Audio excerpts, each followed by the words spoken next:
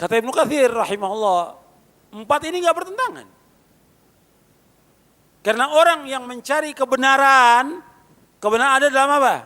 Dalam Islam. Kemudian Islam sumbernya Quran dan Sunnah. Kalau disebutkan Quran harus dengan Sunnah. Karena nggak bisa Al-Quran berdiri dengan sendiri tanpa Sunnah. Kita nggak akan bisa mengamalkan Quran tanpa Sunnah. Harus dengan Sunnah. Sunnah menjelaskan Al-Quran. Kemudian Al-Quran dan Sunnah harus dipahami dengan pemahaman para sahabat. Al-Quran dan Sunnah harus dipahami dengan pemahaman sahabat. Tokohnya sahabat siapa? Abu Bakar wa Umar. Kata Nabi SAW, iqtadu billadzaini min ba'di Abi Bakar wa Umar. Dia akan mengikuti 2 orang sesudah wafatku, Abu Bakar dan Umar. Belum lagi hadis yang lain. Fa'alaikum bisunnati wa sunnatil khulafa'ir rasyidin al-mahdiyyin tamassaku biha wa 'addu 'alaiha bin nawajidh wa iyyakum muhdatsatil umur fa inna kulla muhdatsatin bid'ah wa kulla bid'atin dhalalah. Jadi kata Nabi SAW, hendaklah kalian berpegang kepada sunnahku dan sunnah para khalifahku yang terpimpin dan lurus. Peganglah erat-erat dan gigitlah dengan geram kalian. Dan jauhkan diri kalian dari setiap perkara yang baru dalam agama. Karena setiap yang baru dalam agama adalah bid'ah dan setiap bid'ah adalah sesat. Jadi kita di sini ihdinas siratal mustaqim. Siratal mustaqim yaitu Islam yang sumbernya Quran dan Sunnah menurut pemahaman para sahabat. Pemahaman para sahabat. Jadi Nabi selalu menyebutkan tentang Abu Bakar dan Umar. Ini 2 sahabat yang mulia.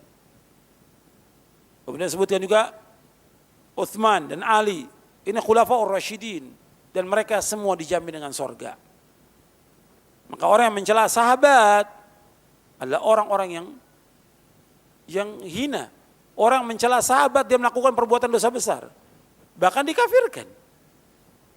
Imam Malik mengkafirkan. Berdasarkan surah Al-Fatih di ayat yang terakhir. Orang yang mencela, mencaci maki sahabat. Dia kafir dengan ayat ini kata Imam Malik. Dan orang yang beriman nggak akan mungkin, kalau dia beriman nggak mungkin dia akan benci kepada sahabat. Kecuali orang munafik. Kalau orang munafik benci kepada sahabat. Kalau orang beriman nggak akan benci kepada sahabat. Dia cinta kepada sahabat, memuliakan sahabat, mendoakan kebaikan buat sahabat. Karena kita sampai agama Islam sekarang kita bisa terima agama ini melalui perantara siapa? Sahabat radhiyallahu anhum ajma'in. Makanya dosa besar tuh, orang mencaci maki sahabat dosa besar. Dipertanyakan tentang keislamannya, dia masuk orang-orang munafik. Kemudian juga dia adalah orang yang jelek hatinya, orang mencela sahabat. Yang kelima, orang mencela sahabat adalah orang-orang yang tidak waras. Enggak waras. Sekarang di antara antum aja kalau ada orang yang soleh, udah meninggal dicela, marah nggak antum? Marah. Dan apa manfaatnya? Nggak ada manfaat sama sekali. Bahkan Nabi bersabda secara umum ini, umum dulu kita bicara, baru nanti khusus sahabat. Kata Nabi, la tasubul amwat fa innahum qad afdau ila ma qaddamu. Jangan kalian mencaci maki orang yang sudah mati. Siapa aja orang yang sudah mati? Karena apa? Mereka telah berlalu dengan apa yang mereka amalkan. Kenapa dicaci maki? Enggak ada manfaat sama sekali. Sekarang sahabat jelas ada nasnya kata Nabi, la tasubu ashabi. La tasubu ashabi falau anna ahadakum anfaqa mithla udin dhahaba ma balagha mudadi min nasifa. Jangan kalian mencaci maki sahabatku. Jangan mencaci maki sahabatku. Kalau seandainya kalian infak sebesar gunung Uhud berupa emas, kalian enggak akan mencapai derajat mereka. Separuhnya pun tidak. Tinggi para sahabat itu. Ganjarannya. Mereka mulia, diredhoi oleh Allah, dijamin dengan surga, semuanya dijamin surga. Allah sebutkan dalam surah Al-Hadid ayat 10, wa kullan wa'adallahu al-husna. Mereka semua sahabat kami jamin dengan surga. Enggak boleh celak mereka. Sahabat nih mendapatkan ganjaran. Setiap orang berbuat kebaikan, sahabat dapat atau tidak? Dapat. Seorang ustadz nih, dia menyampaikan kebenaran. Kebenaran itu bukan diikuti oleh muridnya, diamalkan oleh murid. Dapat enggak ustadznya ganjaran? Dapat. Sekarang kita bisa tahu tentang Islam, sunnah dari mana? Dengan perantaraan sahabat. Setiap umat ini melaksanakan berapa juta umat yang mengamalkan, sahabat dapat ganjarannya. Paham?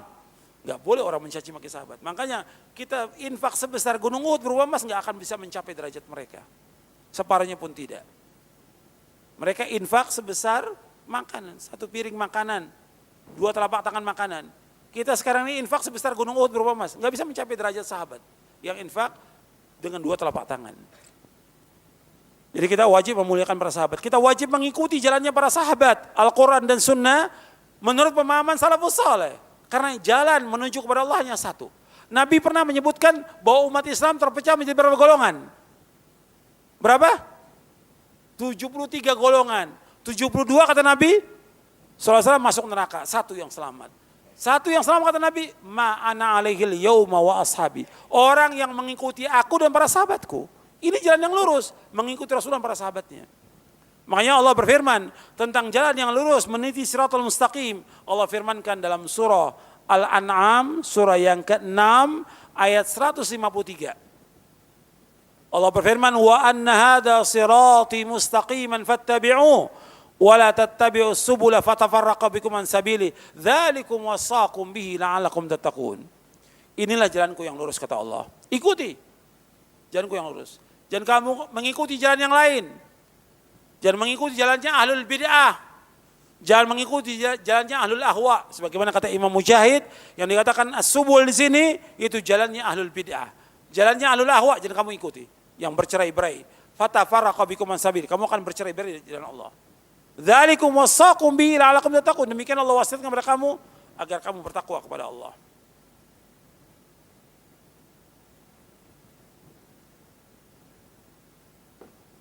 Kita lanjutkan.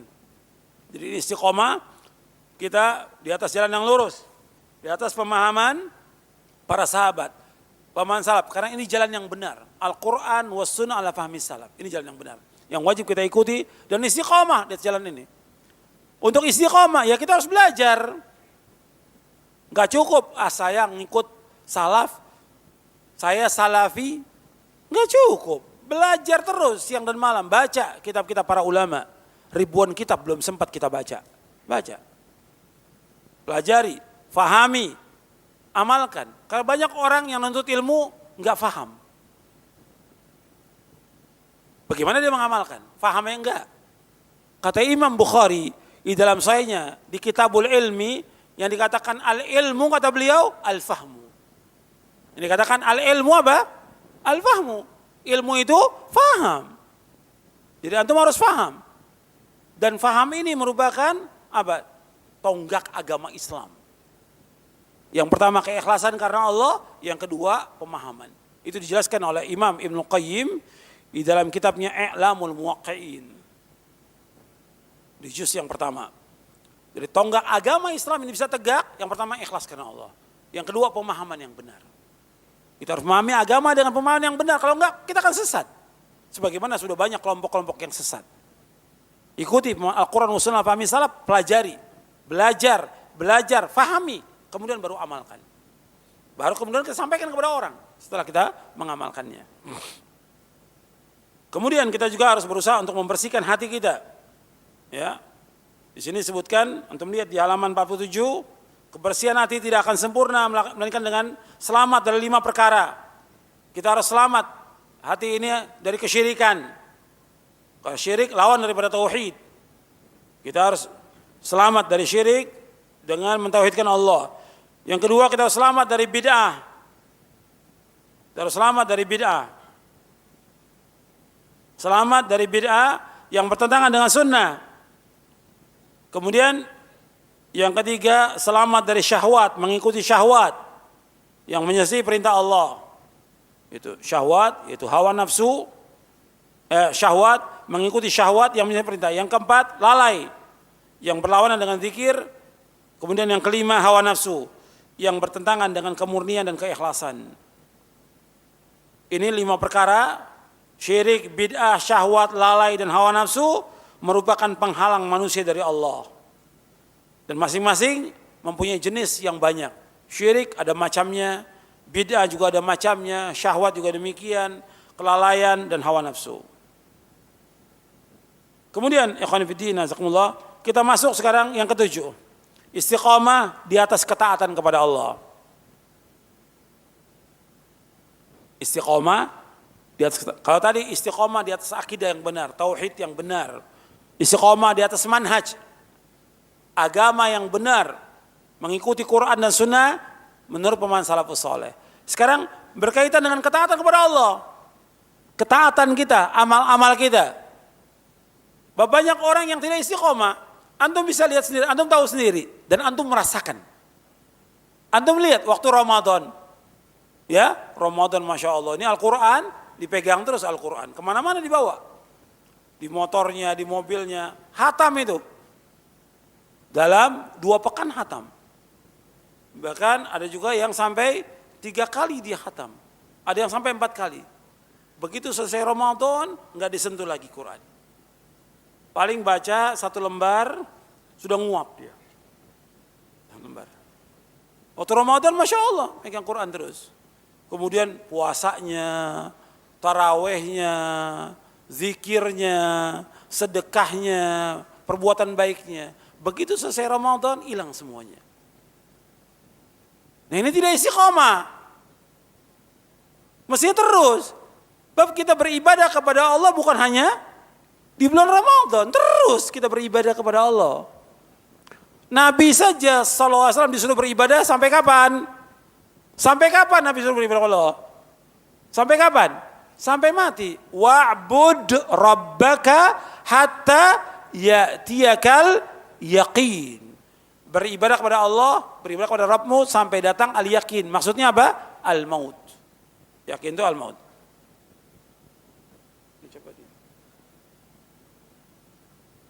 Yang berkaitan dengan materi dulu. Jadi hatta ya'tiyakal yaqin, sampai datangnya al-yaqin. Al-yaqin maksudnya apa? Al-maut. Jadi kita beribadah kepada Allah sampai datang kematian. Jangan beribadah kepada Allah musiman.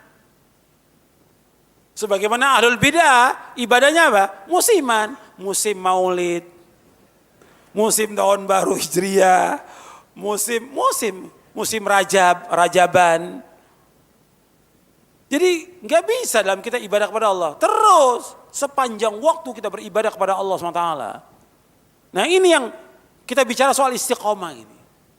Kita taat nggak kepada Allah terus sampai kita diwafatkan oleh Allah? Kita nggak tahu. Apakah kita bisa terus sampai kita husnul khotimah atau tidak? Tapi kalau kita dari awal terus beribadah dan terus berusaha untuk berbuat kebaikan, mesti insya Allah di akhir hayatnya baik. Karena apa? Kata Al-Imam Ibn Rajab Al-Hambali, kata beliau, Al-khawatimu mirathus sawabiq. Al-khawatim mirath as-sawabiq. Akhir kehidupan orang itu warisan daripada yang terdahulu. Terdahulunya gimana dia? Baik apa tidak? Taat apa tidak? Kalau baik terus dia taat kepada Allah, ikhlas dan ittiba. Terus dilakukan siang dan malam dan dawam kontinu meskipun sedikit, maka di akhir hayatnya pun dia husnul khatimah. Jadi al-khawatim mirath as-sawabiq. Jadi antum perhatikan di sini. Jadi kita coba kembali kepada amal kita ini. Kita ini dawam apa tidak amal kita? Ada orang yang awalnya rajin nuntut ilmu. Awalnya rajin, Masya Allah nuntut ilmu. Belakangan udah gak nuntut ilmu lagi. Banyak orang yang tadi awal nuntut ilmu, gak nuntut ilmu banyak. Kemudian merasa karena dia sudah dulu pernah belajar, menganggap dirinya sudah senior. Nah itu. Dalam agama gak ada istilah junior, senior, gak ada dalam agama. Semua sahabat datang ke masjid Rasulullah. Abu Bakar, Umar, Uthman, Ali, Ibnu Abbas, Ibnu Umar, dan yang lain. Yang muda, yang remaja, yang tua sama duduk masjid Rasulullah radhiyallahu majma'in. Enggak ada, ini pengajian yang tua-tua aja. Ini yang muda-muda aja, ini yang remaja. Semua sama. Apalagi sekarang ada model lagi baru. Ya, pengajian untuk orang-orang kaya aja di hotel ngajinya. Enggak benar yang seperti ini. Menghalangi manusia dapat hidayah dari Allah SWT. Mengkotak-kotak manusia, memecah belah umat dengan cara yang seperti ini. Enggak boleh dalam Islam. Dakwah di masjid semua orang bisa dengar dakwah kita. Siapapun berhak, terutama yang kita utamakan ke orang-orang miskin. Mereka lebih berhak untuk mendengarkan. Nabi sudah tegur, jangan kepada orang kaya. Abasa wa tawalla. Ini enggak, ustadznya malah dekat sama orang kaya. Kebodohan dan ketelolan ini. Yang kita cari bagaimana kita bisa menunjuki manusia ke jalan lurus dan kita dapat ganjaran yang besar dari Allah Ta'ala. Sama nilainya orang kaya dan orang miskin kita berikan petunjuk, sama gak nilainya? Sama di sisi Allah Ta'ala. Sampaikan yang hak ini kepada semua manusia, terutama orang-orang yang gak mampu, yang miskin. Bukan dipecahkan, ini orang kaya. Untuk ini khusus daurahnya orang kaya dengan bayaran yang mahal. Orang miskin udah di masjid aja, di surau aja. Gitu. Penghinaan kepada orang-orang miskin. Bila mereka orang-orang yang bertakwa kepada Allah, nggak boleh mereka dihinakan. Dakwah di masjid, bukan di rumah-rumah orang kaya. Biar semua manusia mendengar dakwah ini. Karena dakwah ini hak sesuai dengan fitrah manusia. Dan semua orang bisa mendengar dakwah ini. Sebagaimana Rasulullah dan para sahabat yang mendakwakan yang hak kepada mereka. Antum ingat itu? Itu juga yang seperti itu membuat orang nggak istiqomah. Karena apa? Musiman dakwahnya. Kadang-kadang dakwahnya. Kemudian juga dia ngaji juga kadang-kadang. Gak bisa. Kita harus terus. Antum nuntut ilmu terus. Sampai diwafatkan oleh Allah Ta'ala. Gak boleh berhenti. Sekarang ada orang umpamanya dia nuntut ilmu. Kemudian dia berhenti. Gak nuntut ilmu lagi. Orang yang seperti ini namanya kufur nikmat. Antum dengar itu. Namanya kufur nikmat. Orang yang tadi nuntut ilmu. Kemudian dia gak nuntut ilmu lagi. Ini namanya apa? Kufur nikmat. Kufur nikmat. Karena apa? Allah berikan nikmat kepada dia untuk nuntut ilmu, belajar. Enggak ada kenikmatan yang paling nikmat kita bisa nuntut ilmu. Enggak ada kebahagiaan yang paling bahagia melainkan kita bisa nuntut ilmu syar'i. Ini nikmat yang paling besar dan kebahagiaan yang paling besar. Kebahagiaan hati. Ini kebahagiaan yang hakiki kata Ibnu Qayyim rahimahullah dalam kitabnya Miftah Daris Sa'adah. Nuntut ilmu terus, Al-Quran dan Sunnah untuk pelajari. Menurut pemasalah ini kenikmatan yang paling nikmat, kebahagiaan yang paling bahagia. Maka nuntut ilmu. Sekarang banyak orang-orang sibuk dengan yang lain. Gak nuntut ilmu dia. Ya, sibuk jadi panitia ini, sibuk jadi panitia. Gak ngaji. Maka saya sampaikan di mana-mana. Panitia harus ikut ngaji. Duduk di masjid. Jangan sibuk sendiri. Sekarang kan mau bantu orang, nolong orang. Ngakunya salah, tapi gak pernah ngaji. Gak pernah kita lihat duduk di masjid taklim dia. Kenapa? Merasa dirinya sudah hebat, sudah bisa bantu orang. Ilmu lebih dahulu harus duduk di majelis ilmu. Kalau kita tinggalkan, maka kita kufur nikmat. Ini istimbatnya Syekh Muhammad bin Shalih Al-Utsaimin rahimahullah. Ketika beliau membawakan satu hadis Nabi, antum dengarkan hadis ini. Tolong perhatikan. Nabi SAW bersabda dalam hadis yang sahih yang diriwayatkan oleh Imam Bukhari dan Muslim. Nabi bersabda kepada seorang sahabat, "Ya Abdullah, la takun mithla fulanin. Kana yaqumul laila fataraka qiyamal laili." Wahai Abdullah, jangan kamu seperti si fulan. Tadinya dia rajin salat malam, kemudian ditinggalkan salat malam. Hadis ini sahih diriwayatkan oleh Imam Bukhari Muslim.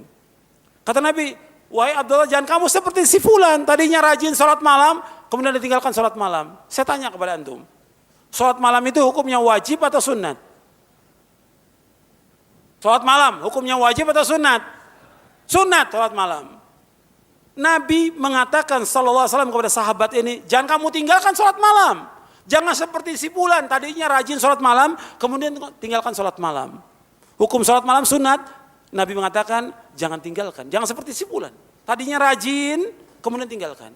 Sekarang saya mau tanya kepada antum, nuntut ilmu itu wajib atau sunat? Wajib. Kalau yang sunat aja Nabi suruh dawam, continue, istiqomah, apalagi yang wajib. Paham? Ya. Kalau yang sunat aja disuruh istiqomah, apalagi yang wajib. Nuntut ilmu wajib. Antum harus istiqomah nuntut ilmu. Berbuat baik pada orang tua, wajib atau sunat?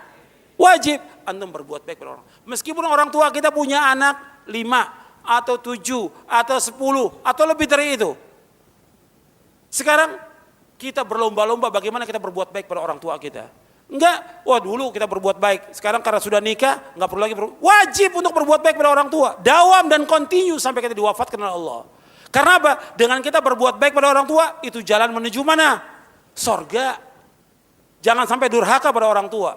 Ini jalan menuju sorga. Kebahagiaan kita dengan kita berbakti pada orang tua kita. Meskipun dia orang awam, meskipun enggak ngerti agama, tetap kewajiban kita untuk berbuat baik pada orang tua. Ucapkan kalimat yang lembut kepada orang tua, perkataan yang mulia. Jangan berkata pada orang tua, jangan menengking orang tua, jangan menghardik orang tua, jangan melawan orang tua. Tidak akan bahagia anak-anak yang seperti anak yang durhaka, nggak akan bahagia. Dan tidak akan barokah hidupnya anak yang durhaka pada orang tua. Bahkan Nabi mengatakan tidak masuk surga anak yang durhaka pada orang tuanya. Antum ingat itu. Kata Nabi SAW, "Thalathun la yadkhulul jannah wa la yanzurullahu ilaihim yaumal qiyamah al-aqli walidayhi wal mar'atul mutarajjilatul mutasyabbihatu birrijal wad dayyuth." Kata Nabi ada 3 golongan yang tidak masuk surga dan Allah nggak akan lihat kepada mereka pada hari kiamat. Yang pertama, anak yang durhaka pada orang tuanya. Yang kedua, perempuan yang menyerupai laki-laki. Yang ketiga, dayuth, yaitu orang yang membiarkan kejelekan dalam rumah tangganya. Hadis ini diriwayatkan oleh Imam Ahmad dan Hakim, disahihkan oleh Syekh Albani. Dan itu perhatikan, anak yang durhaka. Kadang-kadang dia berbuat baik, kadang-kadang tidak. Kadang-kadang orang tua butuh pada dia nggak berbuat baik. Kita harus berbuat baik pada orang tua sepanjang hidup kita, selama dia masih hidup. Bahkan setelah wafat pun tetap berbuat baik kepada dia. Dengan apa? Menyambung silaturahim kepada orang-orang yang orang tua itu betul-betul menyambung silaturahim kepada mereka. Bahkan Nabi mengatakan, "Inna min abaril birri silatur rajul udda abihi." Sesungguhnya kebaikan yang paling baik seorang menyambung apa yang orang tua menyambung kepada sanak familinya. Jadi terus berbuat baik pada orang tua, jangan musiman, terus kita. Apa yang bisa kita bantu orang tua, kita bantu. Tawarkan bantuan. Kalau kita lihat anak-anak ini enggak, ya. Sekarang orang tua disuruh ini mau. Ntar siangnya nggak mau lagi. Besok nggak mau lagi. Mesti terus ketaatan kepada orang tua. Dawam, continue. Bahkan tawarkan, Pak, Ibu, apa yang bisa saya tawarkan? Apa yang bisa saya tawarkan? Mesti kita tanya kepada dia. Sering kan kalau antum masuk kemana? Ke pasar, ke mall, atau kemana gitu, ke kantor. Mesti kan ada penjaga yang mengatakan, apa yang bisa saya bantu? Iya tidak? Kalimat itu sering diucapkan atau tidak? Saya pernah masuk ke satu kantor, satpam bilang, Pak, apa yang bisa saya bantu? Saya panggil satpamnya dua-duanya. Saya mau tanya kepada bapak berdua. Bapak pernah nggak mengucapkan kalimat ini kepada kedua orang tua? Belum pernah, Pak. Ini dakwah. Di mana kita berada kita harus berdakwah. Di mobil, di taksi, di kantor, kesempatan kita dakwah. Termasuk kita ingatkan juga tentang sholatnya dan yang lain. Dapat ganjaran. Qaul ma'ruf, kata Nabi apa? Sadaqah. Pernah nggak Bapak nawarkan kepada orang tua, apa yang bisa saya bantu? Enggak, ngilang. Orang tua mau nyuruh, sudah ngilang duluan. Takut disuruh sama orang tuanya. Wajib taat kepada orang tua, Jadi ini bentuk ketaatan kepada orang tua. Ini harus terus. Karena berbuat baik pada orang tua termasuk amal yang paling utama. Dan ganjarannya sangat besar. Itu harus dawam continue. Kemudian sholat yang 5 waktu. Bagi laki-laki berjamaah itu hukumnya wajib atau sunat? Sholat berjamaah bagi laki-laki di masjid hukumnya wajib atau sunat? Dasarnya apa? Wajib. Dasarnya dalilnya mana? Jangan bilang wajib, dalilnya mana dalilnya? Ya, wajib dalilnya surah Al-Baqarah ayat 43. Wa aqimus salata wa atuz zakata warka'u ma'rakiin. Kalau yang tadi berbuat baik pada orang banyak dalilnya. Wa qadara rabbuka alla ta'budu illa iyyahu wa bil walidaini ihsana. Wa'budullaha wa la tusyriku bihi syai'an wa bil walidaini ihsana. Banyak ayatnya tentang berbuat baik pada orang tua. Sekarang salat. Allah memerintahkan dalam surah, kalau tadi dalam surah berbuat baik pada orang tua dalam surah Al-Baqarah ada, dalam surah An-Nisa ayat 36 ada, kemudian dalam surah Al-Isra ayat 23. Nah, sekarang salat 5 waktu berjamaah. Allah merintahkan dalam surah Al-Baqarah ayat 43, wa aqimus salata wa atuz zakata warka'u ma'rakiin. Dirikanlah salat, keluarkan zakat dan rukulah bersama orang yang ruku. Maksudnya ruku bersama orang ruku artinya salatnya berjamaah. Berjamaah wajib. Kita harus continue terus berjamaah sampai kita diwafatkan oleh Allah. Tapi ada sebagian orang yang kadang-kadang berjamaah, kadang-kadang tidak. Tergantung situasi dan kondisi gitu. Kalau lagi semangat berjamaah dia, kalau lagi enggak berjamaah. Kadang-kadang lama enggak muncul, sebulan enggak berjamaah di masjid. Karena enggak tahu sibuk apa gitu. Mesti berjamaah wajib, 5 waktu di masjid tetap wajib laksanakan. Ini harus continue. Antum baca Al-Quran ini. Yang menyuruh kita baca Al-Quran siapa? Allah, Iqra. Ya. Wa ana atlul Al-Quran, dan suruh aku membaca Al-Quran. Nabi juga suruh membaca Al-Quran. Ini antum hatamkan. Setiap pekan itu hatam. Kalau nggak mampu setiap 15 hari sekali. Kalau nggak mampu sebulan sekali. Para sahabat setiap pekan khatam Quran. Antum berusaha untuk khatamkan. Hatamkan. Jangan cuma Ramadan. Ini hatamkan. Usahakan baca ini setiap hari. Hatamkan. Ini continue dalam ketaatan. Continue dalam ketaatan. Baca. Kalau orang lain ahlul bidah bisa baca Quran, kenapa kita nggak bisa menghatamkan Quran? Setiap pekan. Coba antum. Kemudian baca, belajar tajwidnya. Antum makhrajnya juga harus bagus. Kemudian juga belajar tafsirnya. Antum baca. Ada kan tafsir yang sudah terjemah, antum baca. Masa nggak bisa tamat? Umumnya 10 jilid. Masa nggak bisa tamat? Sehari 10 lembar.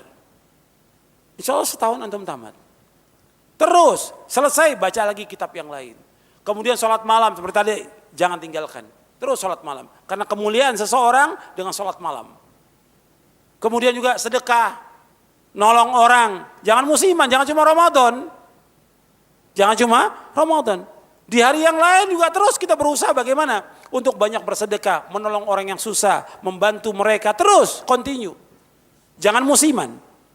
Jadi ketaatan-ketaatan itu harus kita lakukan.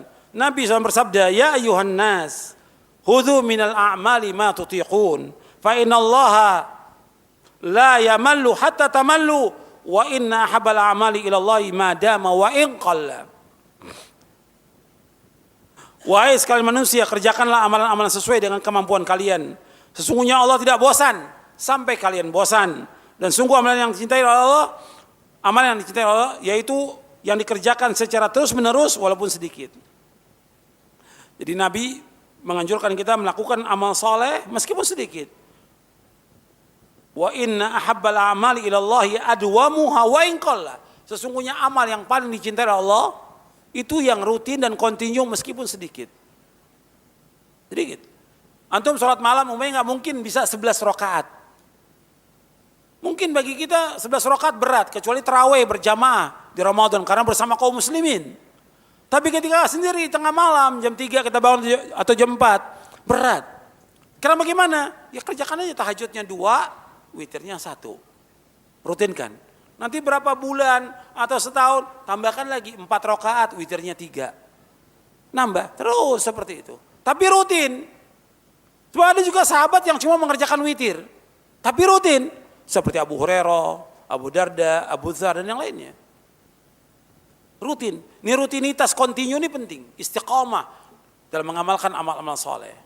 Terus. Jadi semua kebaikan kita lakukan dengan kemampuan kita. Kita nggak boleh melakukan dengan takalluf, memberatkan diri nggak boleh. Kita mau baca Al-Quran, kita mau hatamkan dalam sehari, takalluf. Atau dalam 3 hari juga takalluf, kita nggak mampu. Memang Nabi membolehkan kepada sahabat Abdullah bin Amr bin As. Tapi tetap kita nggak akan mampu seperti itu.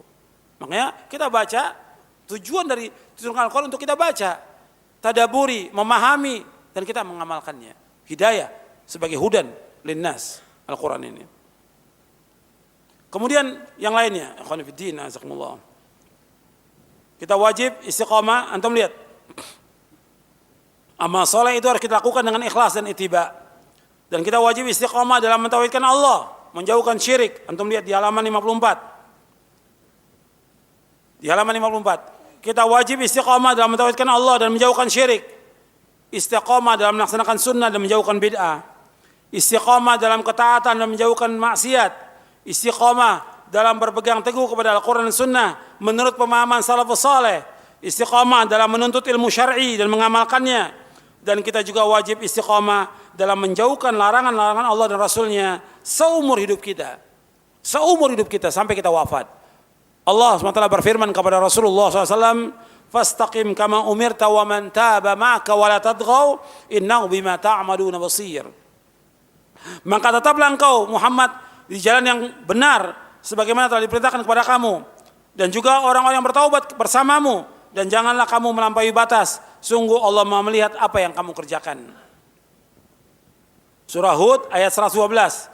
Kata Al-Hafidz Ibnu Katsir, Allah Ta'ala merintahkan Rasul dan hambanya yang beriman agar teguh dan selalu tetap istiqomah, karena demikian merupakan sebab mendapatkan pertolongan yang besar dalam mengalahkan musuh-musuh dan dapat menghindarkan bentrokan.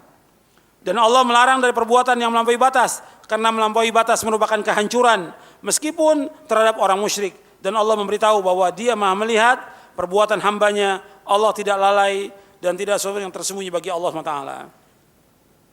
Jadi istiqomah dalam mengerjakan amal-amal yang wajib dan istiqomah juga dalam mengerjakan amal-amal yang sunnah.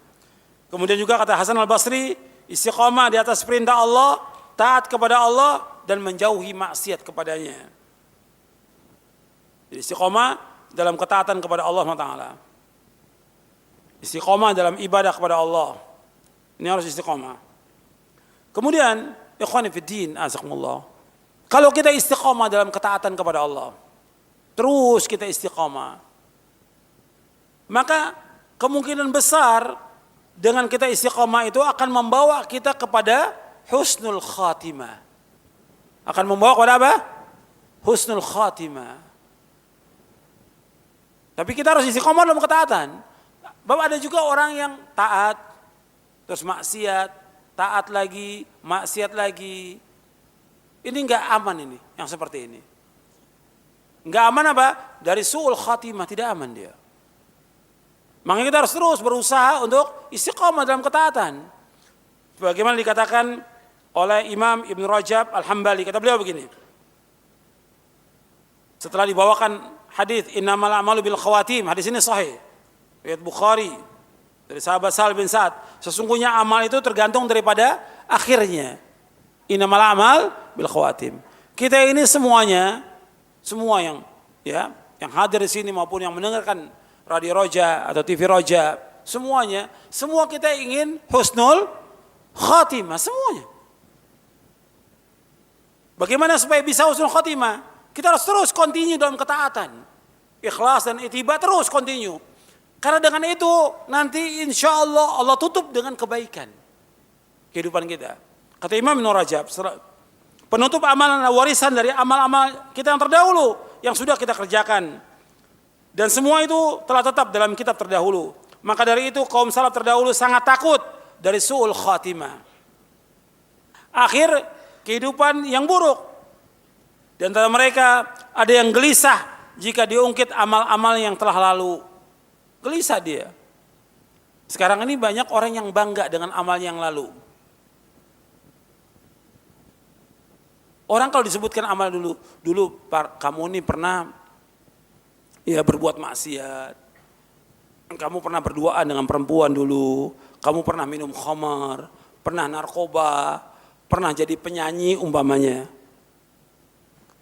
Penyanyi dangdut umpamanya atau yang lainnya. Sekarang taubat. Tobat, kalau disebutkan lagi sama orang takut dia. Kalau sekarang bangga, bahkan bikin grup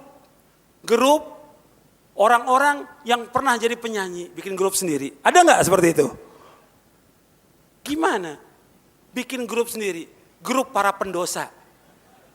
La haula wala quwwata illa billah. Jangan seperti itu, mestinya kalau dia taubat kepada Allah dengan taubatan nasuha, bergabung dengan kaum muslimin. Jangan bikin grup para pendosa, jangan. Namanya macam-macam sudah. Wah, antum juga sudah tahu sebagian nama-nama itu. Kalau kita udah pernah berbuat dosa, dulu berbuat maksiat, pernah berbuat syirik, pernah menyanyi, pernah riba, pernah segala macam, taubat kepada Allah. Kita ingin nggak ada orang tahu. Dan nggak ada lagi yang menceritakan dan mengingatkan kita tentang perbuatan dosa kita. Takut kepada Allah. Kenapa? Takutnya dari perbuatan dosa kita yang dulu itu membuat kita nggak istiqomah dan su'ul khatimah. Paham? Ini enggak bangga. Yang pernah umpamanya jadi Islam jamaah dulunya. Begitu tobat dia bukan ikut pengajian salaf, enggak bikin sendiri, grup Islam jamaah. Akhirnya nggak mau bergabung, nggak mau ngaji, nggak nuntut ilmu, menganggap dirinya benar. Akhirnya sesat. Karena apa? Yang dibaca salah, menghukumi salah, dan yang lainnya sudah. Dan ini bukti terjadi yang seperti ini.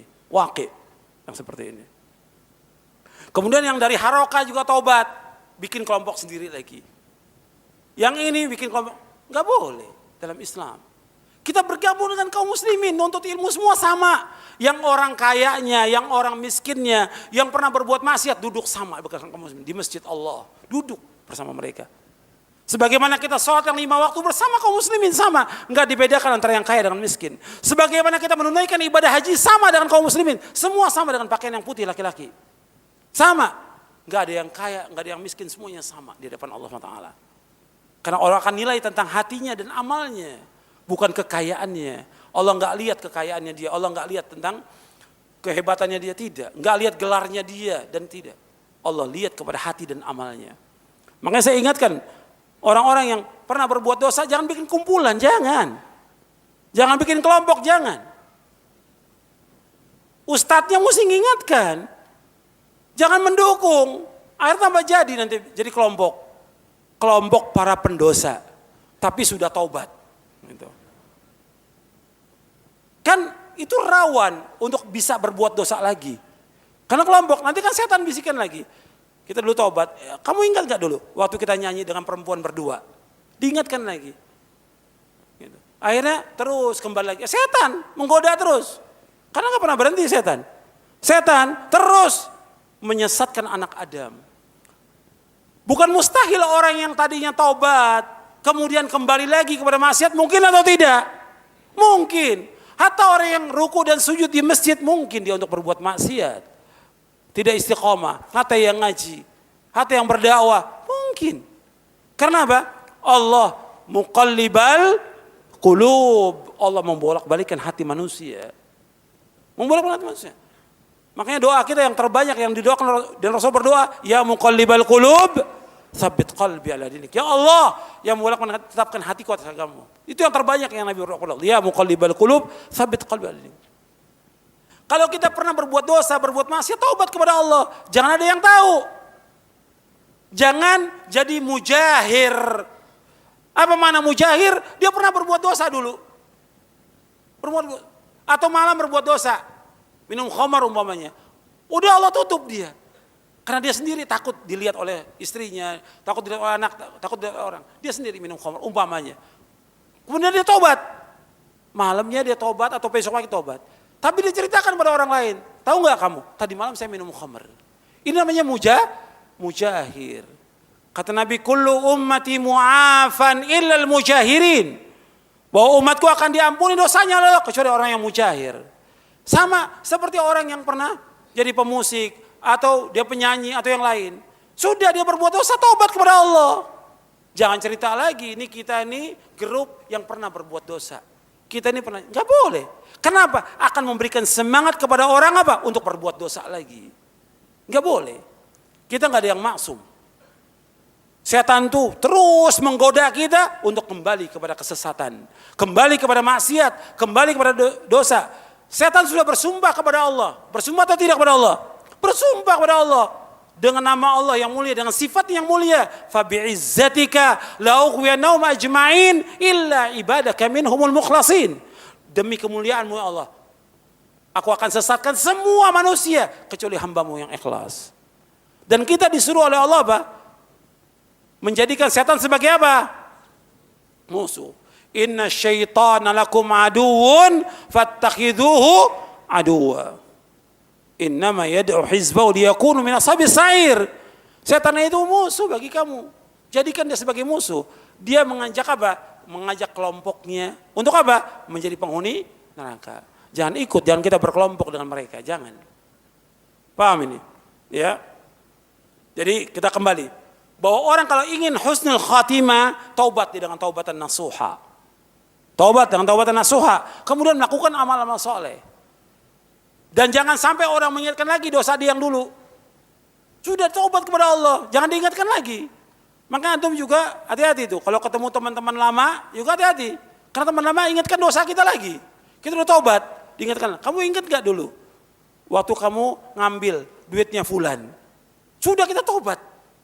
Taubat, jangan diingatkan lagi dosa itu. Kecuali kalau untuk taubat. Bukan untuk berbangga dengan perbuatan dosa dan maksiat. Jadi ini, ikhwan fillah, Allah akan rubah kalau kita mau berubah. Kalau tidak, dibiarkan. Bahkan Allah menyebutkan tentang kisahnya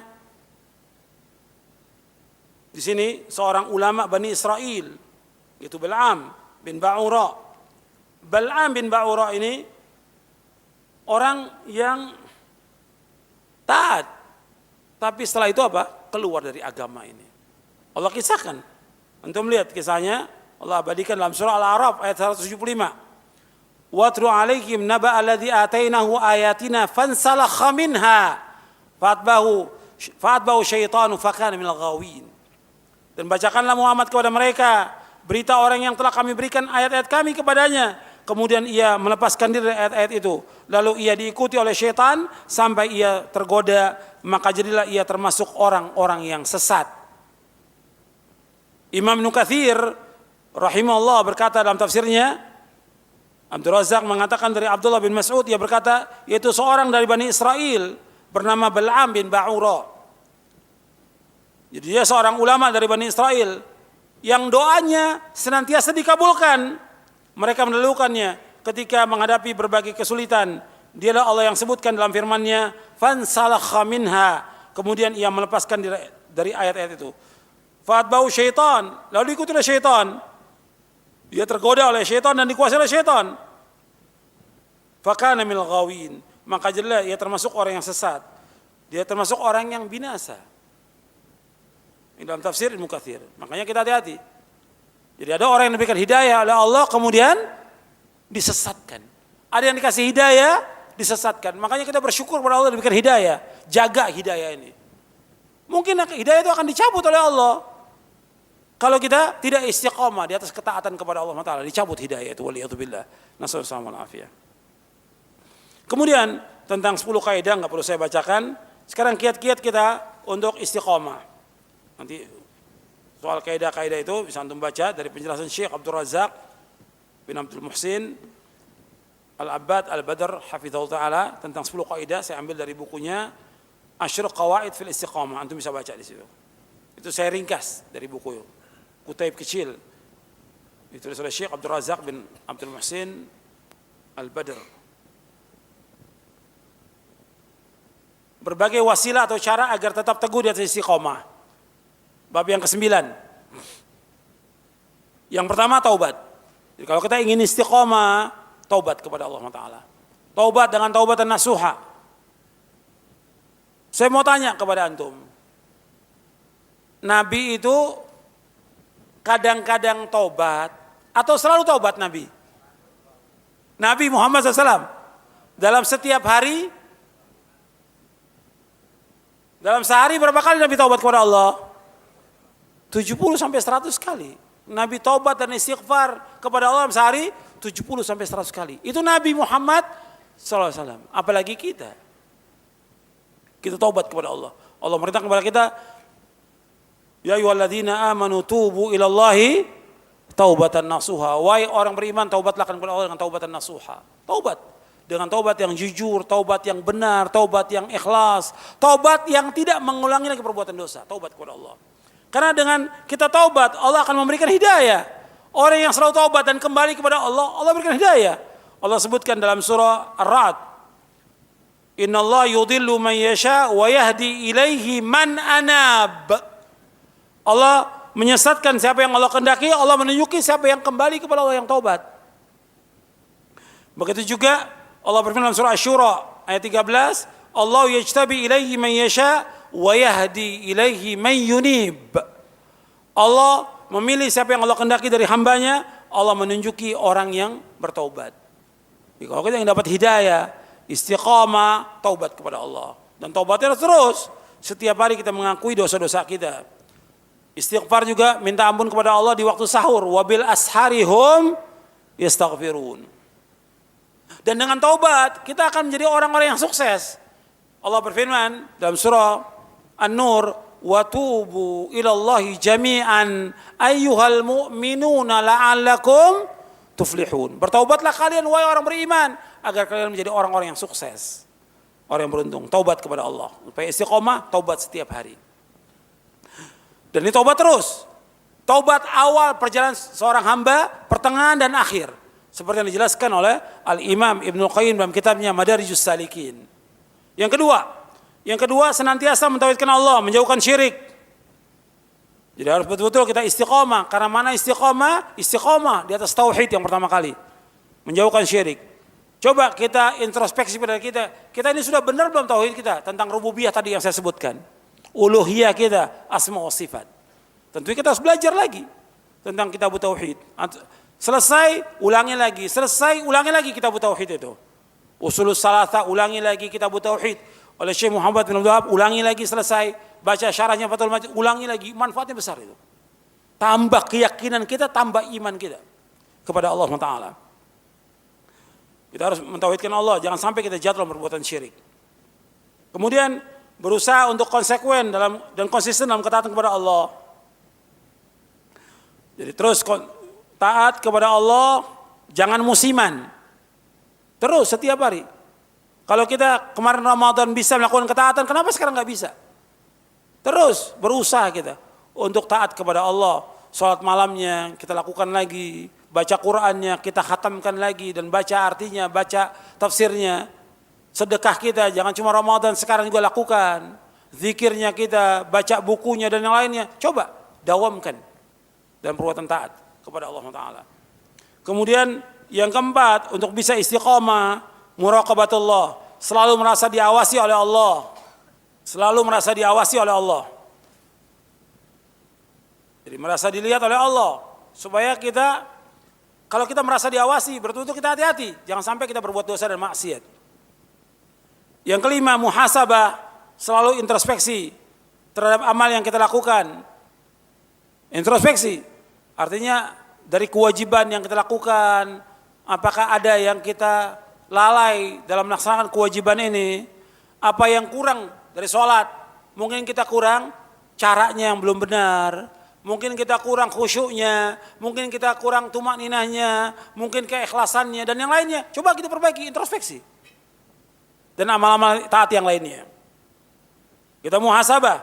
Begitu juga tentang dosa dan maksiat yang kita lakukan, apa yang kita lakukan sekarang ini. Hari ini apa sih? Apa kesalahan kita, apa dosa kita, supaya kita bertaubat kepada Allah SWT. Kemudian yang keenam, mujahadah, bersungguh-sungguh untuk menggembleng jiwa kita di atas ketaatan kepada Allah. Mujahadah, sungguh-sungguh. Jadi nggak boleh orang yang beriman itu bermalas-malasan, nggak boleh. Atau patah semangat, nggak boleh. Atau futur. Ada nggak orang yang futur? Ada. Nggak boleh. Ini karena kurang keikhlasan dia. Futur itu karena kurang keikhlasan dia. Kurang imannya. Kurang ketakwaannya dia kepada Allah. Orang yang beriman nggak boleh futur. Dia harus terus berjuang, terus bersungguh-sungguh dalam melakukan amal-amal soleh. Gak boleh lemah, gak boleh malas, tidak boleh, gak boleh. Nabi bersabda sallallahu alaihi wasallam, al-mu'minul qawiyyu khairun wa habbu ila Allah minal mu'minid dhaif wa fi kullin khair. Wa fi kullin khairun ihris ala ma yanfa'uka wasta'in billah wa la ta'jaz. Dan seterusnya di sini Sahih Muslim. Kata Nabi, mukmin yang kuat lebih baik dan lebih dicintai oleh Allah daripada mukmin yang lemah. Pada keduanya ada kebaikan tentang imannya. Hendaklah kalian berkemauan keras, bersungguh-sungguh kepada apa-apa yang bermanfaat bagi kamu. Minta tolong kepada Allah, jangan lemah. Enggak boleh kita lemah, enggak boleh kita malas. Meskipun kita kena musibah, ada masalah, ada muskilah, ada problem, tetap jalan dalam taat kepada Allah. Enggak boleh kita lemah. Kalau kita orang yang beriman, kita yakin bahwa semua Allah sudah takdirkan 50.000 tahun sebelum Allah menciptakan langit dan bumi. Orang tua kita meninggal, anak kita meninggal, ada masalah yang lain yang musibah, Allah sudah takdirkan. Kita wajib mengimani, Allah akan tunjuki kita. Allah berfirman dalam surah At-Taghabun, ma asaba min musibatin illa biiznillah wa man yu'min billahi yahdi qalbah. Wa man yu'min billah yahdi qalbah. Tidak ada satupun musibah yang terjadi di langit dan di bumi kecuali dengan izin Allah. Dengan izin Allah. Barang siapa yang beriman kepada Allah, Allah akan tunjuki hatinya. Ditunjuki hatinya. Maka imani semua itu. Jangan karena musibah patah semangat, nggak mau ngaji lagi, nggak mau bangun tengah malam lagi, nggak mau sholat berjamaah, nggak mau nuntut ilmu, nggak mau baca Quran.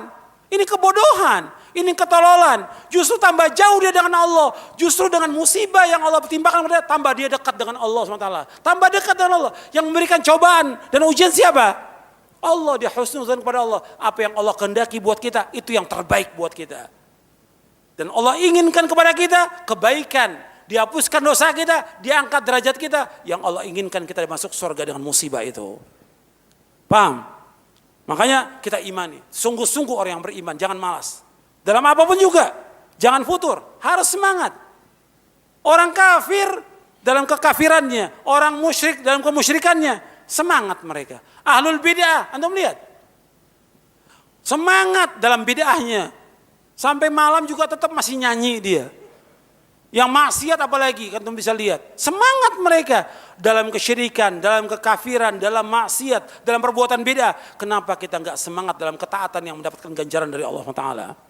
Kenapa kita enggak semangat dalam ketaatan kepada Allah, dalam sunnah Nabi yang mendapatkan ganjaran yang besar? Meskipun kena musibah, meskipun kena bencana, tapi itu Allah kehendaki kebaikan buat kita karena Allah sayang kepada kita. Apa yang Allah kehendaki buat kita, itu yang terbaik buat kita. Paham? Nah, saya lanjutkan. Ikhlas dalam kita beramal yang ketujuh. Dan mutabah, mengikuti contoh Rasulullah SAW. Ikhlas dan ittiba. Ini syarat apa ini? Syarat ibadah, syarat diterima amal. Ikhlas dan ittiba. Kemudian yang kedelapan, berpegang teguh kepada sunnah dan menjauhkan bid'ah. Kita harus terus berpegang kepada sunnah, jauhkan bid'ah.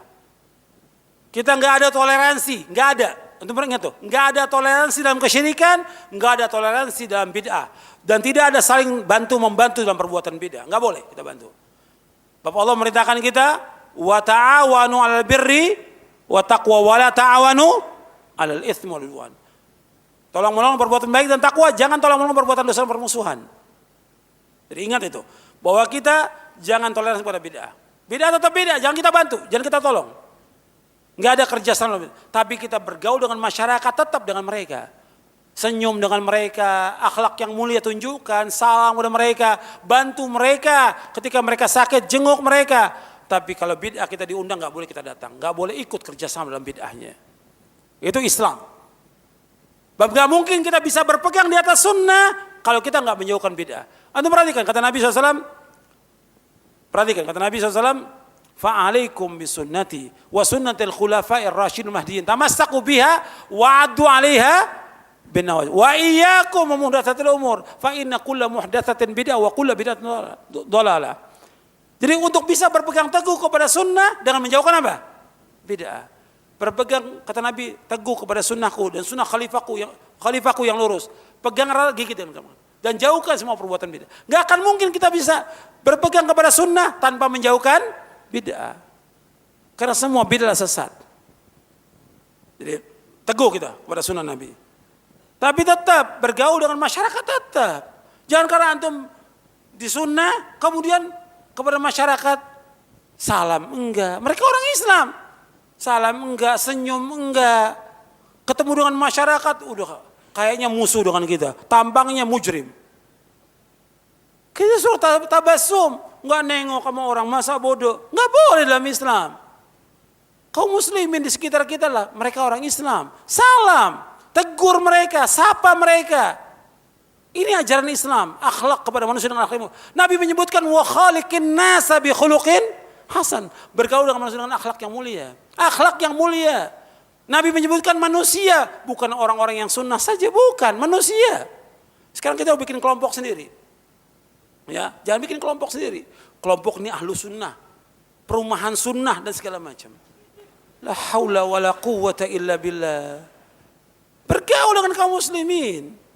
Nanti kalau ada perumahan sunnah, nanti ada mobil sunnah, sepeda sunnah, penghinaan kepada sunnah untuk mengharapkan duit.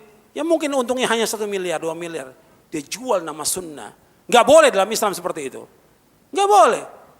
Kecil 1 miliar, 2 miliar, 10 miliar, kecil lah dibandingkan dengan kita berpegang teguh pada sunnah ini. Dunia dan seisinya gak ada harganya insyaAllah. Jangan kita korbankan sunnah karena mencari keuangan dunia, jangan.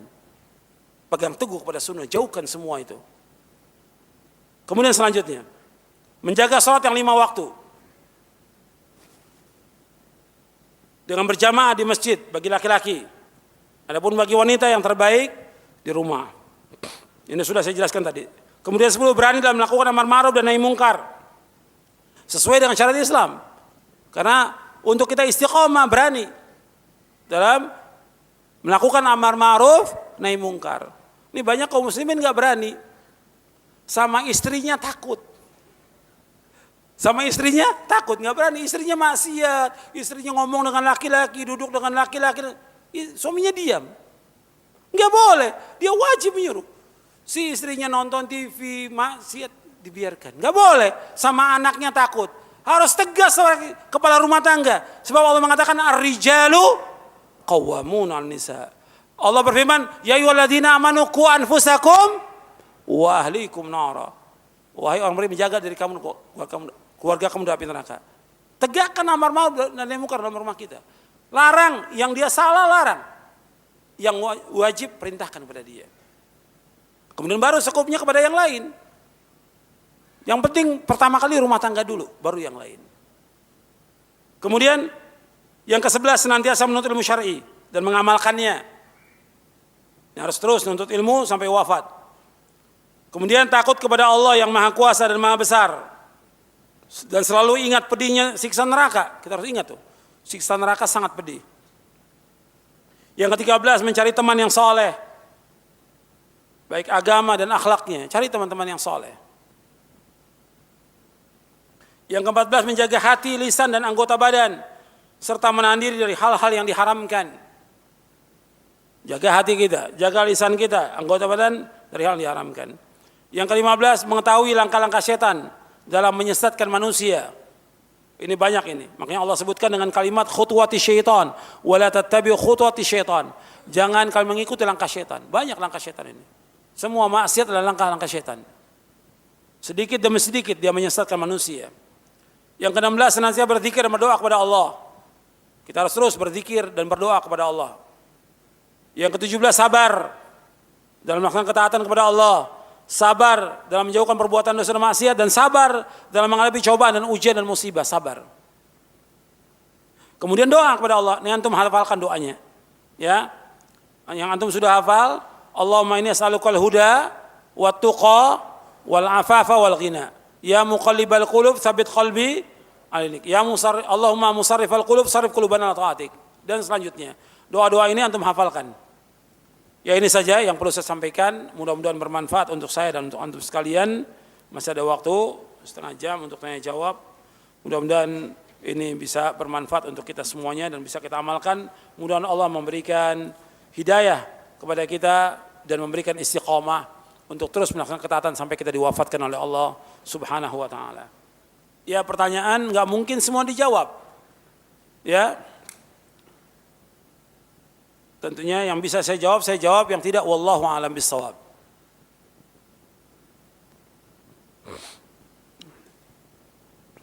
Ini kiat-kiat istiqomah sudah kita baca tadi barusan. Pertanyaan ditulis sebelum kita baca. Terburu-buru nanyanya. Bagaimana sholat di masjid yang ada kuburan? Yang nggak boleh kita sholat di masjid yang ada kuburan, dilarang oleh Nabi.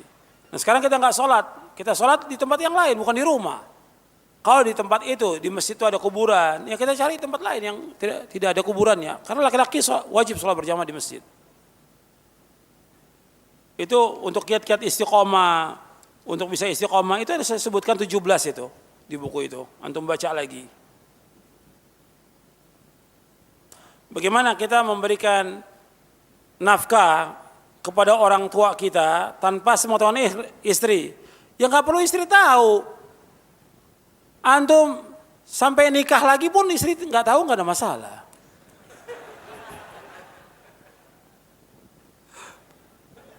Kan nggak mesti tahu. Ini kadang-kadang semua apa yang dilakukan oleh suami istri harus tahu. Ini salah. Salah. Artinya ketika laki-laki ini dia wajib mencari nafkah, dia wajib memberikan nafkah kepada istrinya dan juga kepada siapa? Kepada orang tuanya dan kepada anaknya. Kalau orang tuanya miskin, dia wajib untuk memberikan nafkah. Nggak mesti izin kepada istri, nggak mesti. Dan nggak perlu izin. Kalau perempuan harus izin kepada suami. Ketentuan syariatnya perempuan dia harus izin kepada suami.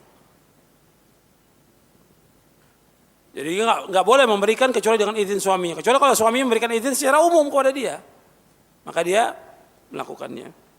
Jadi ini kadang-kadang salah ya seperti ini. Bab nafkah itu nggak mesti harus, nggak perlu izin. Ya seperti yang tadi saya sebutkan. Umumnya sekarang dia punya istri 2, kan nggak perlu. Kepada istri yang pertama harus tahu, istri yang kedua harus tahu, enggak. Diberikan sesuai dengan kemampuannya dia. Bagaimana orang yang sering ngaji, nuntut ilmu, tapi amalnya sedikit. Ya dia berusaha untuk meningkatkan. Yang tahu kan orang itu. Kita mungkin lihat amalnya hanya segitu, tapi kita memberikan semangat kepada orang itu. Dia harus introspeksi dirinya supaya meningkatkan. Kan kita berusaha dalam beramal ada peningkatan. Sebagaimana antum kerja ingin ada peningkatan. Gaji ingin meningkat, tapi kalau ibadah ya itu aja pas-pasan aja. Kalau dunia ingin meningkat semuanya, tapi kalau giliran akhirat ya maunya pas-pasan itu aja. Nggak boleh. Kita ilmu harus meningkat, amal kita harus meningkat, ibadah kita harus meningkat, ketaat kita harus meningkat, iman kita pun harus meningkat kepada Allah. Makanya tadi saya sebutkan, kalau kita nuntut ilmu, usahakan dari kita nuntut ilmu kita ngaji ini, tambah iman kita kepada Allah. Selesai kajian ini, tambah iman kita kepada Allah. Tambah taat kita kepada Allah. Dan mohon kepada Allah agar Allah menetapkan kita di atas Islam dan Sunnah. Dan Allah menetapkan kita di atas amal-amal soleh. Bagaimana kalau saya seorang janda dan saya kurang dalam masalah nafkah. Dan saya minta kepada saudara saya, boleh atau tidak? Ya kalau kondisi terpaksa, nggak masalah karena dari saudara itu dia punya tanggung jawab kepada saudara perempuannya, saudara laki-laki, dia punya tanggung jawab kepada saudara perempuannya. Karena nggak dia memberikan nafkah, karena dia sebagai seorang janda. Apalagi dia punya anak umpamanya, nggak dia memberikan nafkah. Maka si laki-laki ini dia sebagai walinya, saudaranya ini dia membantu memberikan nafkah kepada saudara yang perempuan. Karena dia nggak mungkin untuk mencari nafkah bergaul dengan laki-laki, duduk dengan laki-laki. Maka dia diberikan oleh saudaranya, dan saudaranya harus paham bahwa dengan memberikan saudara sanak kerabat ganjarannya besar. Makanya ketika kita akan memberikan kepada orang lain, saudara dulu dihulukan, sanak kerabat yang miskin. Karena Allah mengatakan wa atidal qurba haqqahu, baru apa? Wa atidal qurba haqqahu wal miskin. Dalam surah Al-Isra, berikan sanak kerabat dulu, baru apa? Orang miskin. Sanak kerabat dulu. Yang susah dan miskin kita dahulukan, kita bantu mereka. Bagaimana kalau saya seorang pekerja, ini wanita, ibu-ibu, ingin berhenti, tapi kadang-kadang ragu. Ini sudah bagus. Justru yang terbaik bagi dia berhenti. Karena yang wajib mencari nafkah siapa? Suaminya, laki-laki yang wajib mencari, bukan perempuan. Makanya Allah ketika menyebutkan tentang keutamaan laki-laki, karena mereka memberikan apa? Nafkah. Allah sebutkan dalam surah An-Nisa ayat 34, Ar-rijalu qawwamuna 'alan nisa bima faddalallahu ba'dahum 'ala ba'd wa bima anfaqu min amwalihim. Laki-laki sebagai pemimpin bagi wanita dengan sebab Allah utamakan mereka sebagian dan yang kedua dengan sebab mereka mencari nafkah, memberikan nafkah kepada istrinya. Bagaimana dengan penuntut ilmu yang sekarang ini sibuk dengan handphone? Ya dengan internet. Nah, ini juga banyak nih yang mafsadahnya handphone ini atau internet dan fitur-fiturnya banyak sekali yang mafsadah. Makanya kita harus berusaha untuk menjauhkan. Banyak orang yang sesat dengan sebab itu. Banyak yang kena syubhat karena itu dengan internet. Bukan berarti dia seluruhnya tidak manfaat. Sebagian besar tidak manfaat. Sebagian kecil manfaat kalau memang dipakai untuk yang manfaat. Maka antum jangan sibukkan dengan yang seperti itu. Sibukkan dengan ilmu. Antum HP ini sibuk sebentar-bentar ngomong, sebentar HP, sebentar SMS. Habis waktu. Kadang baru habis sholat mestinya zikir pegang HP. Bukan Allahumma antas salam, bukan istighfar, HP dulu. Ini banyak mengganggu kita. Dan ini banyak buang waktu. Saya jelaskan tentang waktumu dihabiskan untuk apa yang terbanyak ini. Dengan HP ini, antum bisa hitung deh. SMS sehari berapa? Nerima telepon atau telepon orang berapa? Berapa jam? Antum bisa hitung. Antum baca juga berita berapa jam? Coba kalau antum baca Al-Quran, antum baca sunnah Nabi yang sahih, kitabnya para ulama, sibuk dengan amal saleh manfaat. Bukan nggak boleh, boleh, tapi sekedarnya aja. Yang ada ini banyak waktu terbuang dengan sebab itu. Ini semuanya kena ini. Yang bapaknya, yang ibunya juga, wah, luar biasa, ibunya juga di rumah. Sibuk dengan HP, yang neneknya juga sama, sibuk dengan HP. Yang anak-anaknya juga sama. Karena semua dikasih HP. Akhirnya lupa ngaji, lupa baca Quran, lupa ibadah kepada Allah. Ini banyak mengganggu ini. Dan gak sadar kita. Kita lagi digoda oleh syaitan, gak sadar ya. Ini fitnah. Ini fitnah. Bolehkah kita membaca tentang kejelekan-kejelekan dari ahlul bid'ah? Ya manfaatnya apa? Ini kadang-kadang sering dikirimkan dalam WhatsApp ini. Manfaatnya apa? Di WhatsApp dikirimkan, enggak usah dibaca. SMS juga enggak semua harus dibaca. Yang kelihatan manfaat dari orang tertentu yang memang kita dekat, kita baca. Kalau enggak, buat apa? Kadang-kadang juga menceritakan rumah tangga orang. Kira manfaatnya. SMS kan pesan singkat. Ini panjang sekali cerita rumah tangganya. Manfaatnya apa? Kalau nanya apa inti pertanyaan itu? Ini cerita. Dan capek, orang habis waktu. Antum baca berapa menit? Kita berpikir daripada baca SMS itu, asal baca Quran. Satu ayat dapat ganjaran kita. Baca SMS nggak dapat ganjaran. Bahkan kadang-kadang yang masuk apa? Syubhat.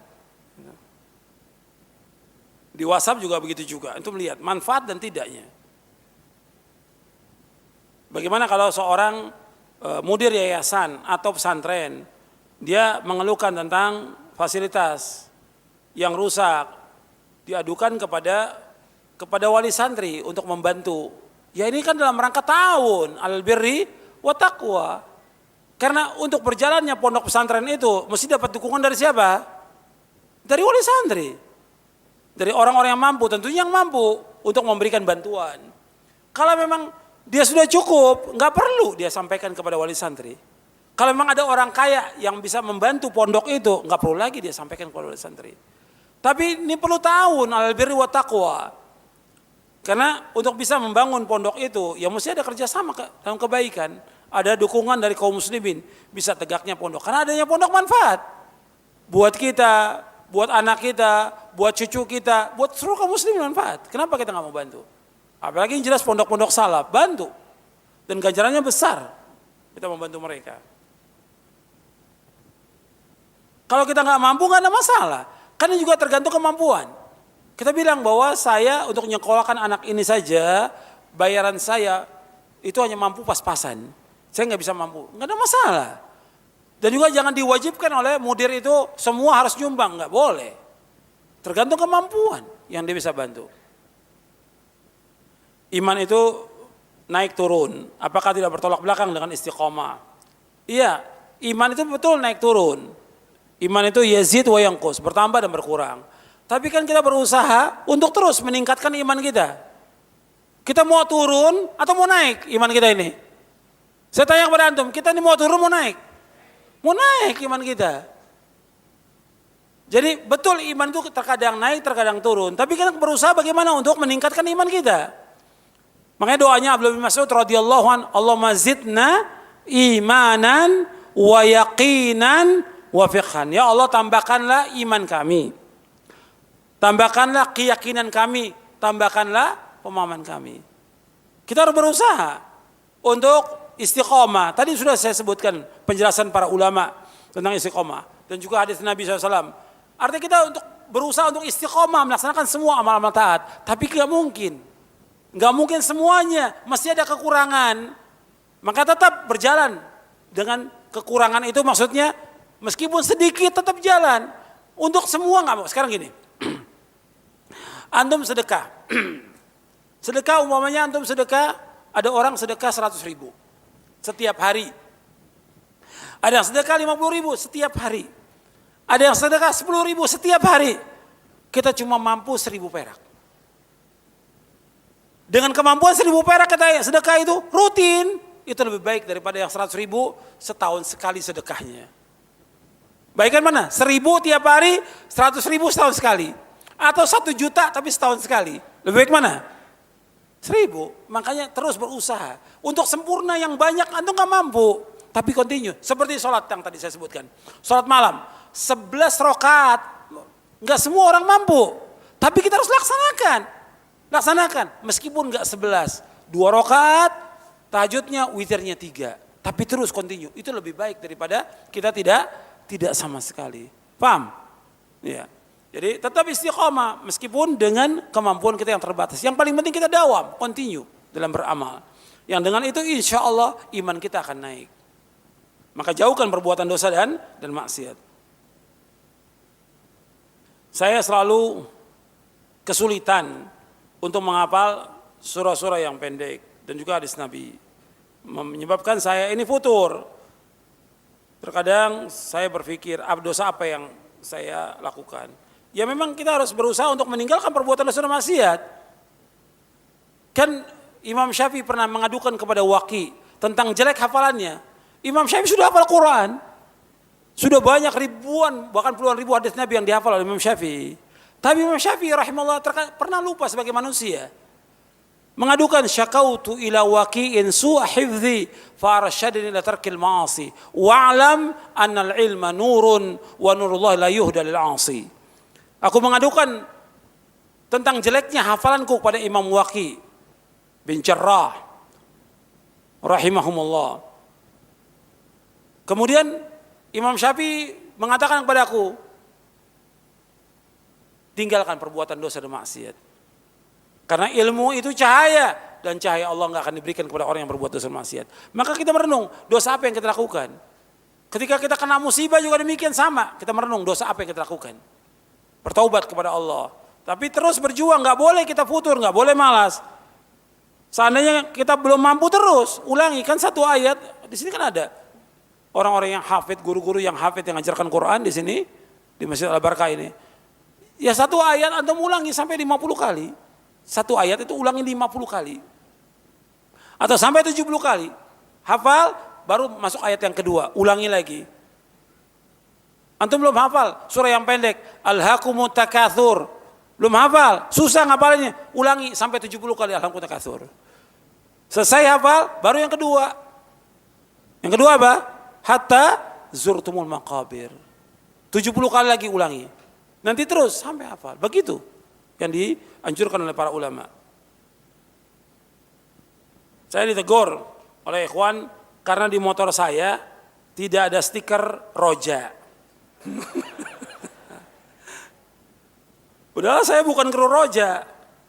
Apakah ini termasuk apa Ustaz? Ini termasuk gulu. Ini termasuk gulu. Kita ini gulu berlebih-lebihan. Dan ini banyak berlebih-lebihan. Orang harus, yang penting antum mengambil manfaat istifadah dari kajian yang disampaikan dan amalkan. Nggak mesti ada stiker roja. Ini gulu. Nggak boleh seperti itu. Orang harus manfaat. Hatta juga umpamanya karyawan roja juga, dia harus mengambil manfaat dari kajian yang disampaikan. Jangan pakai jas kru roja, tapi nggak pernah dengar pengajian. Sibuk aja dengan ngambil gambar. Sibuk dengan ngambil gambar. Sibuk jadi panitia. Dia harus mengambil manfaat. Nanti rugi, dia seperti lilin. Dia menerangi orang tapi dia terbakar. Nggak boleh dalam Islam seperti itu.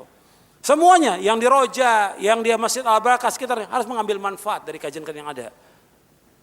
Bab itu yang pertama soal itu. Jangan kita gulu. Karena gulu ini apa? Membinasakan. Kata Nabi SAW, iyyakum wal gulu fid din. Fa inna ma ahlaka man kana qablakum al gulu fid din. Jauhkan dari kamu dari gulu. Karena gulu akan membinasakan kamu. Jangan gulu dalam agama ini. Gulu membinasakan kamu. Sebagaimana orang-orang sebelum kalian telah binasa dengan sebab gulu. Makanya jangan gulu. Gulu dalam masalah itu, stiker, gulu juga dalam masalah tadi. Ya semuanya, banyak kalau contoh kan banyak ratusan ini. Contohnya. Gulu banyak. Itu. Seperti pengobatan harus dengan herbal. Kalau nggak herbal nggak sembuh. Ini gulu ada. Gulu banyak. Begitu juga ini masjid Al-Barkah ini. Kadang-kadang ada orang yang nggak mau sholat kecuali di Masjid Al-Barkah. Ini gulu. Saya kalau mau contohkan ratusan ini. Gulu ini. Masjid Al-Barkah dengan masjid yang lain seluruh dunia sama kecuali 3 masjid yang utama. Masjid mana yang utama? Masjid Haram, Masjid Nabawi, Al-Aqsa. Jangan punya keyakinan antum masjid ini utama Al-Barkah, sama dengan masjid yang lain. Dan saya pernah sampaikan di Masjid Imam Ahmad bin Hanbal bahwa Masjid Imam Ahmad nggak punya keutamaan sama sekali. Sama dengan masjid yang lain seluruh dunia, sama. Nggak ada keutamaan. Ini ada orang punya keyakinan mesti sholat di Masjid Al-Barkah. Kalau nggak sholat situ nggak sah. Ada ghulu. Ulu, nggak boleh. Sama juga seperti sholat Jumat. Ada orang dari jauh pengen sholat Jumat di Masjid Al-Barkah. Nggak ada keutamaan di sini. Sama dengan kalau kita mau cari sunnah banyak masjid yang lain yang juga yang sunnah. Nggak mesti di tempat ini. Kalau kebetulan ada pengajian di sini nggak apa-apa untuk datang karena mau ngambil ilmu, nimba ilmu. Nggak ada masalah. Hatta keluar kota untuk nimba ilmu nggak ada masalah. Tapi mengatakan niat dari rumah bahwa masjid ini punya keutamaan lebih dari yang lain, ini ghulu, nggak boleh dalam Islam. Sama dengan masjid yang lain. Fadilahnya, ganjarannya sama dengan masjid yang lain. Jangan sampai ghulu kita. Kalau ghulu nanti bahaya kita.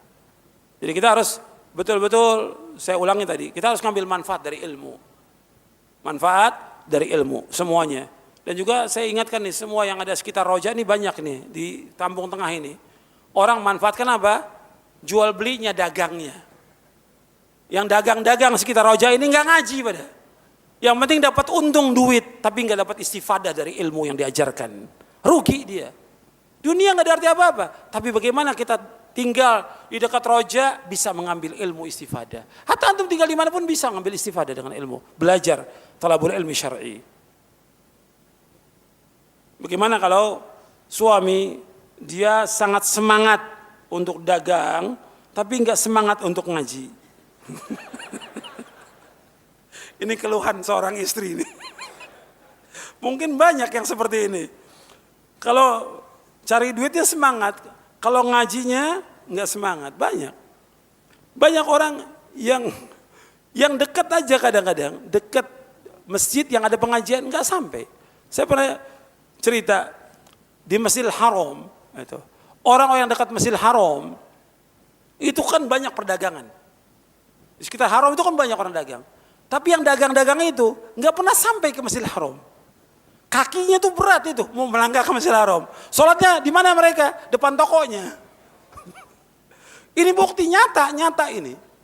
Sholat depan tokonya. Padahal dia hanya berapa langkah ke Masjidil Haram, nggak sampai. Sibuk dengan dunia dia. Maka diingatkan. Dia harus mengambil ibadah terus, istifadah. Kayak di sini tadi saya contohkan. Yang buka-buka toko, dia sampai mungkin untuk sholat 5 waktunya sampai dia ke sini. Tapi untuk ngajinya nggak sampai-sampai dia. Ada nggak? Ada yang seperti itu. Maka harus diingatkan. Jadi ketika suami yang seperti itu diingatkan dengan cara yang baik. Pak, saya sudah cukup dengan bapak dagang dan alhamdulillah dagangan itu laris. Cukup udah. Sekarang kita ngaji, kita nuntut ilmu, kita baca Quran, kita mengamalkan, kita bangun tengah malam. Kita kasih semangat, seorang istri akan semangat dan doa kepada Allah agar Allah memberikan taufik kepada suaminya. Begitu juga suami berdoa kepada Allah agar Allah memberikan taufik kepada istrinya. Tolong jelaskan dalil bahwa harta anak juga merupakan harta orang tuanya. Ya ayat dalam surah, yang pertama ayat di dalam surah An-Najm. Di ayat berapa? Di ayat 38 ya. Wa an laisal insani illa ma sa'a. Seorang tidak akan mendapatkan melainkan apa yang dia usahakan. Seorang tidak akan mendapatkan apa yang diusahakan. Kata Nabi, inna auladakum min kasbikum. Sesungguhnya usaha kamu, sesungguhnya anak kamu termasuk usaha kamu. Bahkan pernah ada anak yang ngeluh pada Nabi karena orang tuanya mengambil hartanya. Dia mengeluh pada Nabi, si anak ini. Ya Rasulullah, orang tua saya ngambil harta saya. Apa kata Nabi? Anta wa maluka li abika. Kamu dan hartamu milik ayah kamu. Karena dia bisa usaha, bisa dagang, bisa segala macam, kan juga dengan sebab siapa? Sebab orang tuanya. Boleh nggak kita menceritakan perbuatan dosa kita seperti main musik, pacaran, sebagai contoh? Nggak boleh. Tutup, Allah sudah tutup, jangan dilakukan lagi, jangan ceritakan pada orang. Kita memberikan semangat banyak contoh yang lain dari para ulama salaf. Bagaimana mereka semangat. Jangan contohkan perbuatan dosa dan maksiat. Karena kita juga nggak tahu apakah kita tetap dengan taubat kita istiqomah atau kembali lagi nanti. Kita nggak tahu. Karena apa? Innamal amal bil khawatim. Amal tergantung akhirnya. Jangan ceritakan perbuatan dosa kita kepada orang, jangan. Justru kita tutup dan kita bertaubat kepada Allah dengan taubatan nasuha. Justru kita ingin jangan sampai orang tahu perbuatan dosa kita. Jangan sampai orang tahu perbuatan maksiat kita. Jangan sampai orang tahu tentang aib kekurangan kita dalam berbuat dosa dan maksiat. Tutup itu dan mohon kepada Allah agar Allah menutupi. Dan Nabi SAW menyuruh kita untuk melakukan amal-amal soleh, memohon rahmat Allah dan minta kepada Allah agar Allah menutupi aurat kita, menutupi aib kita, menutupi kekurangan kita. Dosa itu aib atau bukan? Dosa. Aib. Kalau aib ditutup, jangan diceritakan kepada orang. Ada satu hadis Nabi, ini juga berkaitan dengan istiqomah ya. Suruh kita melakukan amal soleh. Nabi SAW bersabda, hadis ini hasan, dihasankan oleh Syekh Albani di dalam kitabnya Silsilah Hadits As-Sahihah. Diriwayatkan oleh Imam Hakim, diriwayatkan juga oleh Abu Nuaim dalam kitabnya Hilyatul Auliya. Kata Nabi SAW, if'alul khaira dahrakum wa ta'aradu linafahati rabbikum fa inna lillahi nafahatin min rahmatihi yusibu bihi man yasha'u min ibadihi wasallallaha ayastura auratikum wa yu'ammina raw'atikum. Kata Nabi, if'alul khaira dahrakum. Ini ada hadisnya. Kata Nabi, if'alul khaira dahrakum wa ta'aradu li nafahati rahmatillah fa inna lillahi nafahatin min rahmatihi yusibu biha man yasha'u min ibadihi wa sallallahu yastura auratikum wa yu'ammina raw'atikum. Kata Nabi SAW, kerjakanlah kebaikan sepanjang tahun kamu. Arti kebaikan bukan hanya ada pada Ramadan. Kerjakan kebaikan itu sepanjang tahun itu. Sampaikan diwafatkan. If'alul khaira darakum, sepanjang hari, sepanjang pekan, sepanjang bulan, sepanjang tahun kerjakan kebaikan itu. Wa ta'aradu li nafahati rahmatillah, dan adalah kalian persiapkan diri untuk menerima limpahan-limpahan rahmat Allah. Fa inna lillahi nafahatin min rahmatihi, sesungguhnya bagi Allah itu ada limpahan rahmatnya. Yusibu biha man yasha'u min ibadi, Allah memberikan limpahan rahmat kepada hambanya yang Allah kehendaki. Wa sallallahu yastura auratikum, minta kepada Allah agar Allah menutupi aurat kalian, aib-aib kalian. Wa yu'ammina rawatikum, dan minta kepada Allah agar Allah memberikan rasa aman kepada kalian dari rasa takut. Ini diriwayatkan oleh Imam At-Tabrani dalam Mu'jamul Kabir dan Imam Baihaqi dalam Syu'abul Iman. Imam Tabrani dalam Mu'jamul Kabir dan juga Imam Baihaqi dalam Syu'abul Iman, dan disahihkan oleh Syekh Albani dalam Silsilah Hadits As-Sahihah di juz yang keempat. Maka kita berusaha untuk berbuat kebaikan dan mohon rahmat Allah, dan kita minta kepada Allah agar Allah menutup aurat kita. Maka antum sudah hafal doa untuk menutup aurat? Sudah hafal belum? Sudah.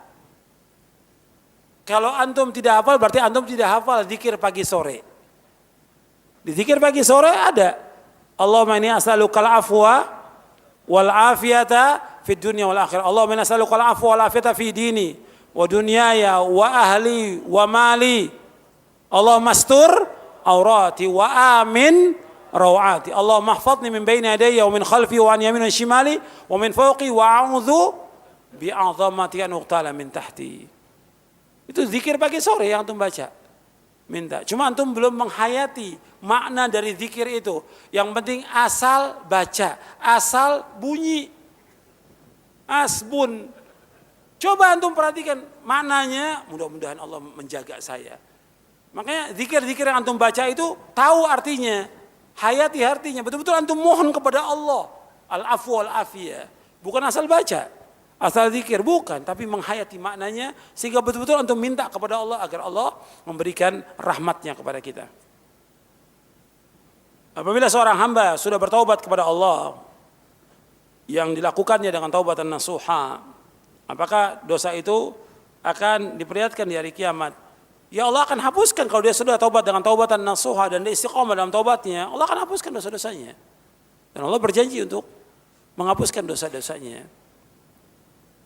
Jadi kita terus bertaubat kepada Allah dan memohon kepada Allah agar Allah menghapuskan dosa-dosa kita. Kita ini banyak zalim pada diri kita, banyak lalai.